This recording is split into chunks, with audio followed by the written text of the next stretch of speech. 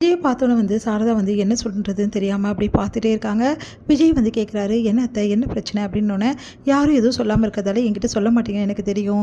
ஏன்னா காவேரி மாதிரி என்னையும் மூணாம் மனுஷன் நீங்கள் நினச்சிட்டிங்கல்ல, அப்படி தானே?" அப்படின்னோடனே, "ஐயோ மாப்பிள்ள, அப்படிலாம் ஒன்றும் இல்லை மாப்பிள்ள.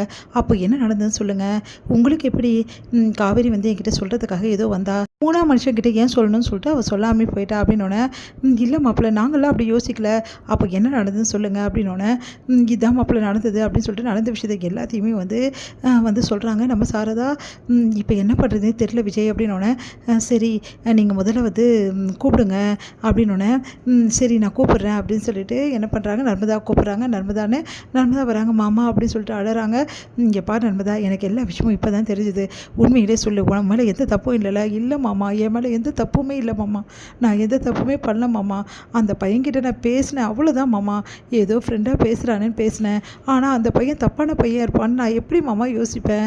எனக்கு தெரில மாமா. ஆனால் அந்த பையன் என்கிட்ட பேச சொல்லி தொல்லை பண்ணுறான். அவன்கிட்ட நான் என்ன மாமா பண்ணுறது? இல்லை வீட்டுக்கு என்னை பற்றி தப்பாக பேசுவேன்னு சொல்கிறான் மாமா." அப்படின்னோடனே, "இங்கே பாரு, உன் மேலே தப்பு இல்லைன்னா நீ பயப்பட வேண்டிய அவசியமே கிடையாது. அதனால் நான் பார்த்துக்கிறேன், நீ கவலைப்படாத. நீ தைரியமாக இரு நர்மதான்னு." "தேங்க்ஸ் மாமா." அப்படின்றாங்க. கரெக்டாக எல்லாருமே ஒரே டென்ஷனாக இருக்காங்க. இங்கே காவேரிக்கு வேலையை ஓடல. வீட்டுக்கு வராங்க. வீட்டுக்கு வந்துட்டு எல்லோரும் அவங்க வேலையை பார்த்துட்ருக்காங்க. அதை பார்த்த காவேரி, "என்னம்மா அந்த பையன் வரலன்னு சொல்லிட்டானா?" அப்படின்னோடனே, "அந்த பையன் வரான்டி." அப்படின்றாங்க.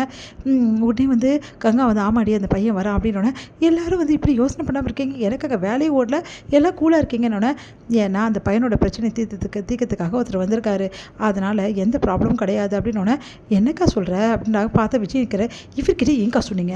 இவர் யார் இது பிரச்சனை தீர்க்கறதுக்கு? இங்கே பாரு காவேரி, இந்த விஷயத்தில் நீ தலையிடக்கூடாது. இது உன் விஷயம் கிடையாது. நீ கேள்வி கேட்குறதுக்கு இது என் பொண்ணோட விஷயம். நான் பார்த்துக்கிறேன், உன் வேலையை பாரு." அப்படி சொல்லிட்டு சாரதா சொல்லிடுறாங்க. அப்படி சொல்லிட்டு டென்ஷனாக விஜயை பார்க்குறாங்க. உடனே விஜய் பார்த்துட்டு அப்படியே பார்த்து முறைக்கிறாங்க காவேரி.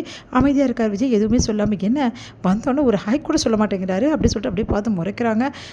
உடனே அமைதியாக உட்காந்துருக்காரு. கரெக்டாக அந்த பையன் அங்கே வராரு. அவரை பார்த்தோன்னே எல்லாருமே டென்ஷனாக இருக்காங்க. உடனே சாரதாம்மா அப்படியே பார்த்து டென்ஷனாக வராங்க. "நான் யார்னா, உன்னை பற்றி எல்லா விஷயமும் எங்களுக்கு தெரியும். சொல்லு, ஏதோ சொல்லணும்னு சொன்னியாமல் எங்கள் எல்லாருக்கிட்டையும், என்ன சொல்லணும்?" அப்படி சொல்லிட்டு விஜய் கேட்குறாரு. அதுக்கு எவ்வளோ தைரியமாக தான் இப்படிலாம் பண்ணுவாயுமா அப்படின்னு சொல்லிட்டு எல்லாருமே பேச போகிறாங்க.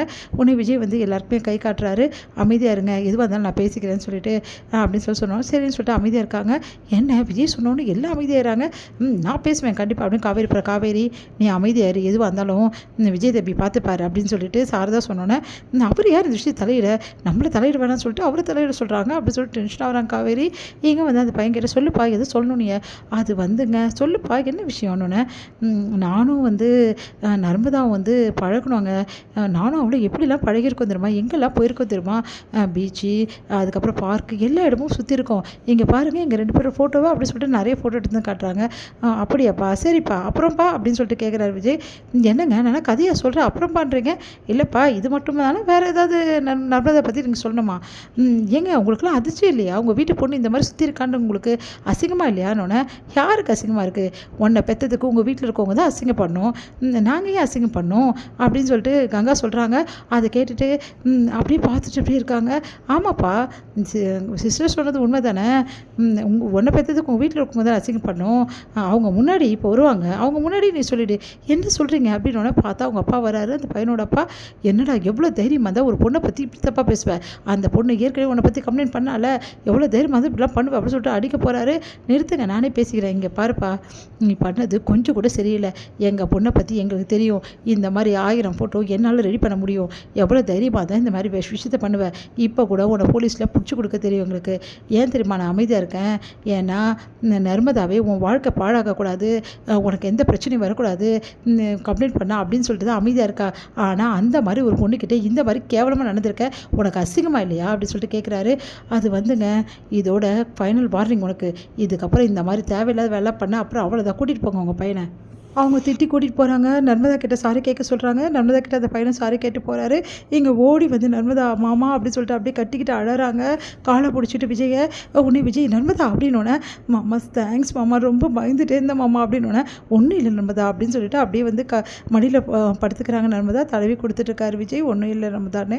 இதையெல்லாம் பார்க்கும்போது காவேரிக்கு ஒன்றுமே புரியல. இங்கே என்ன நடக்குது? எதுக்காக நர்மதா ஓடி அப்படியே கட்டிக்கிட்டா விஜயை? அப்படி சொல்லிட்டு ஆச்சரியப்பட்டு போகிறாங்க.